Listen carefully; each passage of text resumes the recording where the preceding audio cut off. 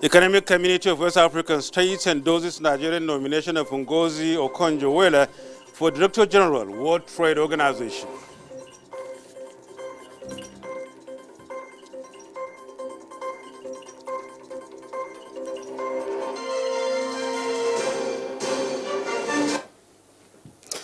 We begin on political note. All contentious issues threatening to undermine unity and cohesion within the governing All Progressives Congress will soon be resolved. President Buhari, who gave the assurance while granting audience to the Progressives Governors Forum, expressed optimism that the party will emerge stronger. State House correspondent Adamu Sambo has details.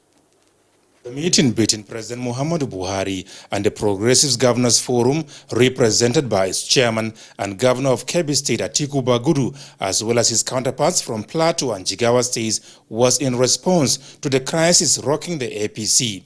Facing governorship elections in 2 states before the end of the year, the governing party had within the last 1 week lost the governor of Edo State and the deputy governor of Ondo State to the opposition party and are expected to participate in the polls. The national chairman of the party, Adams Oshomole, had also been suspended following a judicial decision.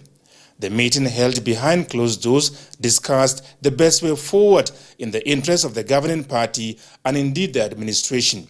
The reason for our visit is to discuss with him as our party leader, as the leader that millions of Nigerians trust, party issues and the position of the progressive governors to support all steps to unify and bring about peaceful resolution in our party, the All Progressive Congress. And Mr. President listened attentively and discussed with us as a father, as a party leader.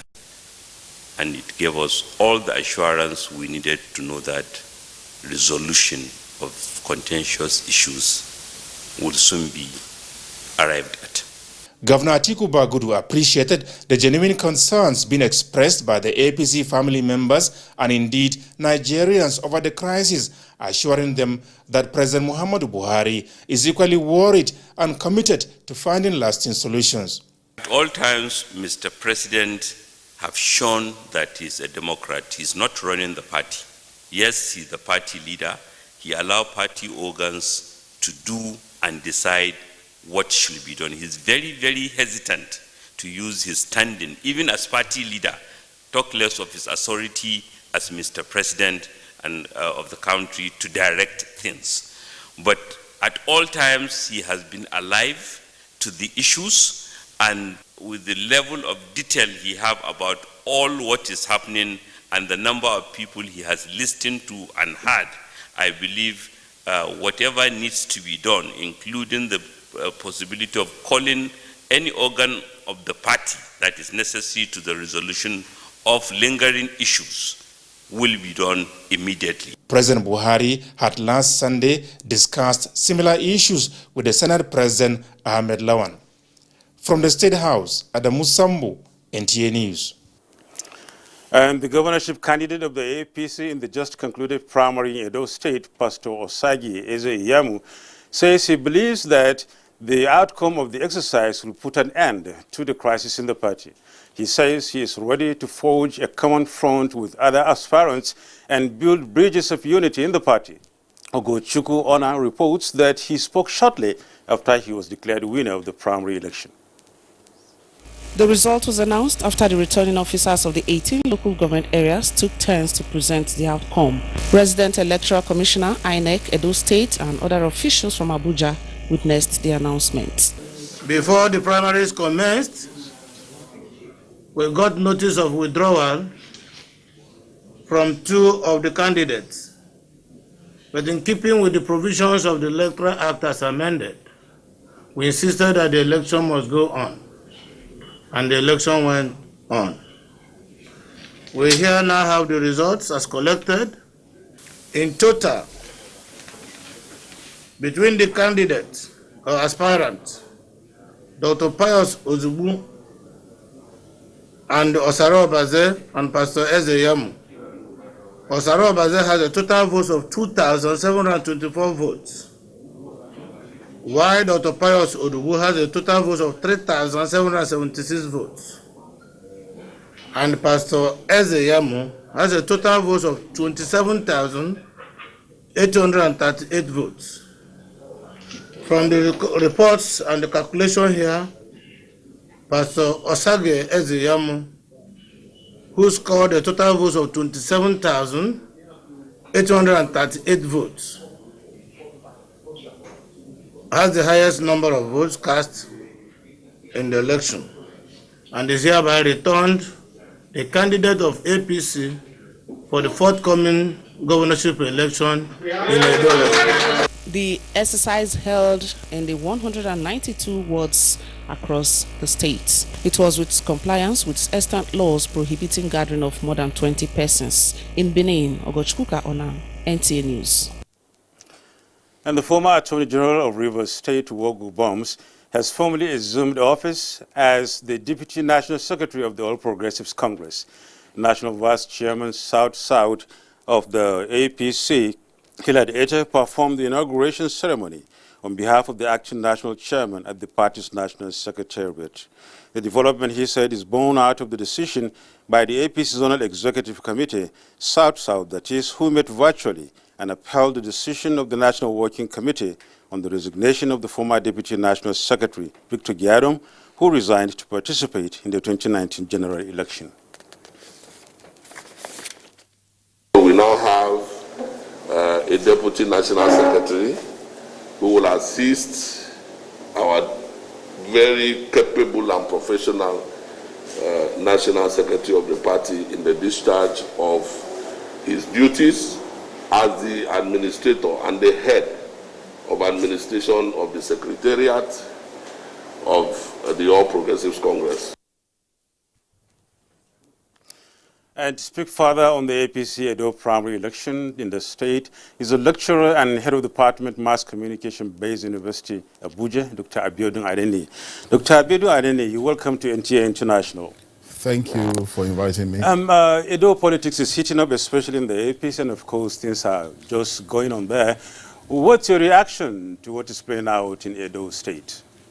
Well, for what happened today, my reaction is actually mixed, First, we'll say we have gotten to a stage after all the turbulence we've been witnessing in the past 1 year. First, the failure to constitute the legislature, and secondly, the tension between the suspended APC chairman and the governor of the state. Being powerful people, influential people, that tension has snowballed into all kinds of other issues, creating unrest and making governance statecraft to suffer in Edo State. But again, now, we will say that APC has arrived at a milestone, but what kind of milestone is this? Is it one that is sustainable? Is it one, that will again be rubbish at the end of the day by a very important arm of the trinity in the democracy, which is the judiciary? So it's very important that they actually put their acts together, be sure that everything they are doing has the rightful legal backing, everything is prim and proper, everything is right before the law, otherwise it will just be an exercise in futility. But it's okay to say that, well, they have complied with INEC guidelines by organizing their primaries, but in the circumstance, we can only wish them luck, hoping that while they have satisfied all the political processes, the judicial process will also be salutary at the end of the day. Well, does it seem to take into cognizance that is party politics and electoral sensibilities? Is that good enough for democracy? Well, democracy is again a mixed bag of all kinds of issues play up. There are always conflicts, horse trading, and there's nothing wrong with this if, first of all, the state governance does not suffer, and secondly, if there are no bloodshed, and thirdly, if we have focus, I beg your pardon, or if it is not based on self-aggrandizement, But the tragedy of our situation is that, we are still dragged down by self-aggrandizement, by ego, by pride, as against the interest of the people.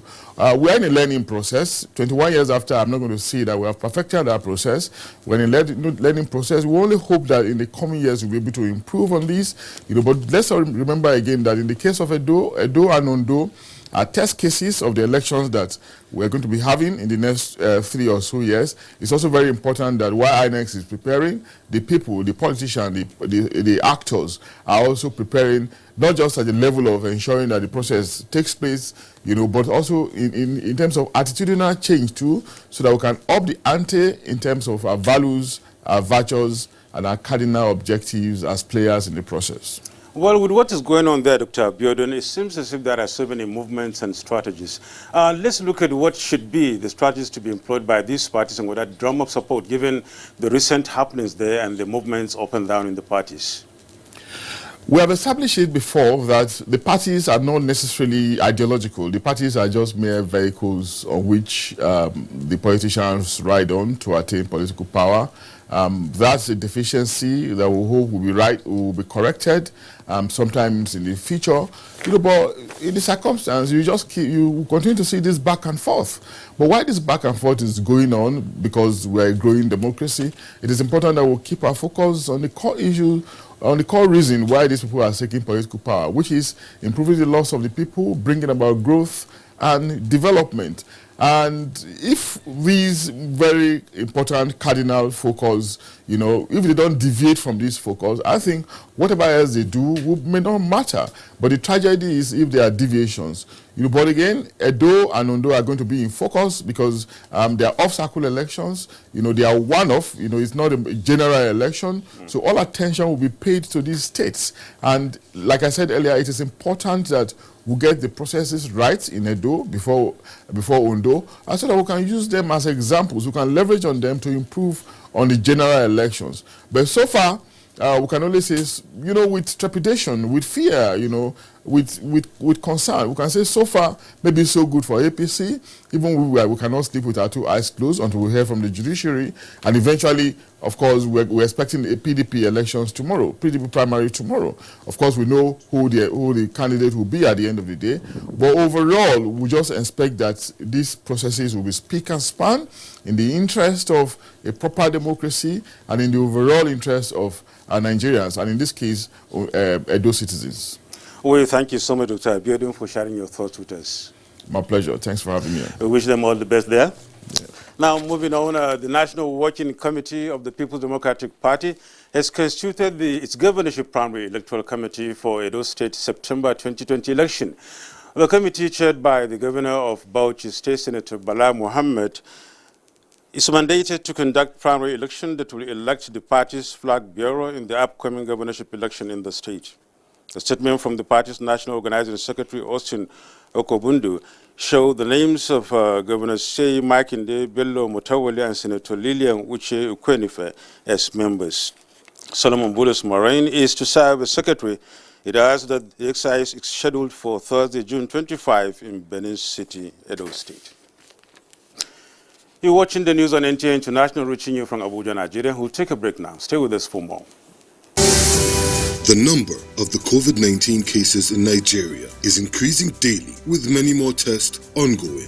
The battle of testing, isolating, treating, and attending to the affected persons rests heavily on the shoulders of our health workers, constantly putting their lives on the line and at risk to contain this virus, save and protect the lives of millions of Nigerians. To these health workers, we at the Nigerian Television Authority, NTA, on behalf of millions of Nigerians, say a big thank you for all that you have done and are doing.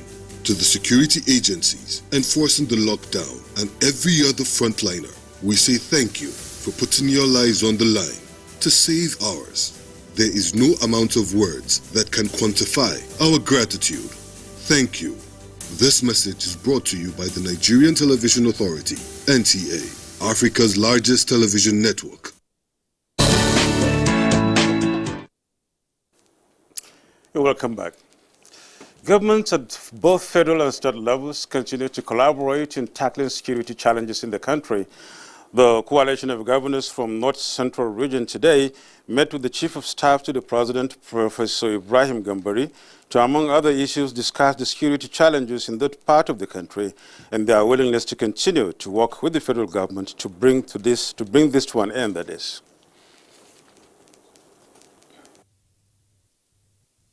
know earlier that security is topmost priority of this administration. And we're doing our best to ensure that the nation is secured. As northern region governors, we met and decided that we must tackle insecurity head-on. So basically, my committee is to liaise with the various security agencies and security operatives to ensure that the necessary security architecture is put in place, and to ensure that it is enforced. At the end of the day, we get the best secured region and that of the country at large. Governor Yahya Bello, who spoke to State House Press after the meeting, expressed optimism that the All Progressives Congress will do well in all coming elections, including that of Edo and Ondo states. And the Presidential Task Force has warned Nigerians not to equate easing of restrictive measures to a reduction in the danger posed by COVID-19. PTF Chairman Boss Mustafa, who stated this at the media briefing, added that the task force is monitoring developments nationwide in order to take informed decisions at the end of the month. While appreciating partners of the United Nations on basket fund, one basket fund that is for the first supplies of personal protective equipment and oxygen concentrators and resident doctors for calling off the strike, Boss Mustafa assured the government will ensure that the welfare and safety of all workers are not neglected. We will continue to ensure the welfare and safety of all workers will never be neglected. We must develop a national wave of awareness creation to drive home our objectives. I therefore urge Nigerians to make use of these facilities and get tested. The Federal Ministry of Health particularly appreciates this addition to our case management assets. The task force further reiterated the need for continuous sensitization on the location of test centers and how to get tested. The World Health Organization identifies lack of global solidarity and leadership as threat to winning the war against COVID-19 as Brazil becomes second country after U.S. to register more than 50,000 deaths from the virus. Uche Ugochukwu brings more on the global update of COVID-19.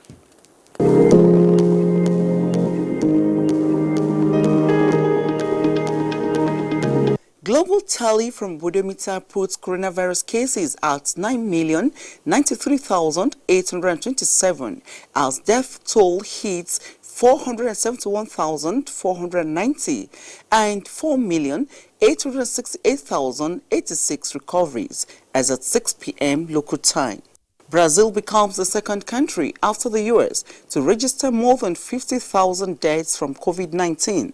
It comes amid growing political tension and just days after the country confirmed more than 1 million coronavirus infections. 57 female minors have tested positive for COVID-19 in a government-run shelter in the northern Indian city of Kanpur. With more than 400,000 infections, India has the fourth highest number of cases in the world. However, the number of daily coronavirus deaths in the UK has dropped to its lowest level since mid-March, according to the latest government figures. The Department for Health and Social Care said there have been 15 new deaths recorded in the past 24 hours. Ireland's health authority plans to press ahead with the launch of a coronavirus contact tracing app and, subject to approval, would launch its COVID tracker app shortly after. Spain has finally lifted its nationwide state of emergency with borders reopening and tourists returning. On the Africa continent, 310,096 cases of COVID-19 infections have been recorded, 8,176 deaths, and 149,557 recoveries. Meanwhile, 436 new cases and 12 deaths of COVID-19 have been recorded in Nigeria. The country now has 20,244 confirmed cases of COVID-19, 6,879 cases discharged, and 518 deaths in 35 states and the Federal Capital Territory. The World Health Organization's Chief Tedros Ghebreyesus said the lack of global solidarity and leadership is the greatest threat the world faces now and not the virus itself. The WHO also said the pandemic is still accelerating and that its economic and other effects would be felt for decades. Uche Ugochukwu, NTA News. Well, many thanks, Uche. Now, resident doctors are back to their duty posts following the suspension of the indefinite industrial action embarked upon last week. Hachima Teliu visited some hospitals mostly affected in the Federal Capital Territory to see if the doctors are in full compliance with the new directives by its National Executive Council. After an extraordinary virtual meeting by its Executive Council, the Nigerian Association of Resident Doctors resolved to suspend the indefinite strike with effect from Monday, 22nd of June 2020. The decision is to allow the federal and state government more time to fulfill their demands. At the Federal Medical Center, Jabi, the resident doctors are back to their duty post and services have returned fully in optimal level. For any strike, there are usually some challenges that will come. And here, we equally had those challenges, but we're able to actually handle them. We're able to get the clinics running while they're on strike, even though not optimal. And we are quite happy that they are back. We feel good since they have called off the strike. It's a good thing, and we urge the government to please look into this matter so that the doctors wouldn't have to go on strike. The situation here at the National Hospital, Abuja, is not different, as the President Association of Resident Doctors here confirmed. One of the major demands was the sack of resident doctors at the Jos University Teaching Hospital, about 26 doctors, and 26 of them have been recalled back. And also the issue of hazard COVID allowance. Some of the centers have confirmed receipt of 2 months payments. While the doctors have fully resumed their duty posts, negotiations with relevant stakeholders is expected to continue. And the national officials of the resident doctors say the progress will be reviewed in 4 weeks during their next NEC meeting in Abuja. Hakimat Aliu, NTA News. And the Economic Community of West African States, ECOWAS, has endorsed the Nigerian nomination of Ngozi Okonjo-Iweala for the position of Director General of the World Trade Organization. President Muhammadu Buhari had earlier nominated and presented the former Minister of Finance for the position based on her experience, stronger academic and professional background. Okonjo-Iweala was endorsed by ECOWAS based on long years of managerial experience, multilateral institutions, her established reputation as a fearless reformer, excellent negotiating and political skills. The regional body also takes cognizance of her experience of over 30 years as a development economist with a long-standing interest in trade, her excellent academic qualifications, her position as Gavi, an African Union Special Envoy to mobilize financial resources for the fight against poverty. Since the creation of the World Trade Organization on January 1, 1995, which is successor to the General Agreement on Tariffs and Trade established on January 1, 1948, no African has assumed the position of Director General of the organization. And the Minister of Foreign Affairs, Geoffrey Onyema, has summoned the Office of High Commission of Ghana to Nigeria, Ms. Evie Denko, to demand urgent explanation on the recent attacks on the residential building in our diplomatic premises and reinforcement of security around diplomatic premises and staff.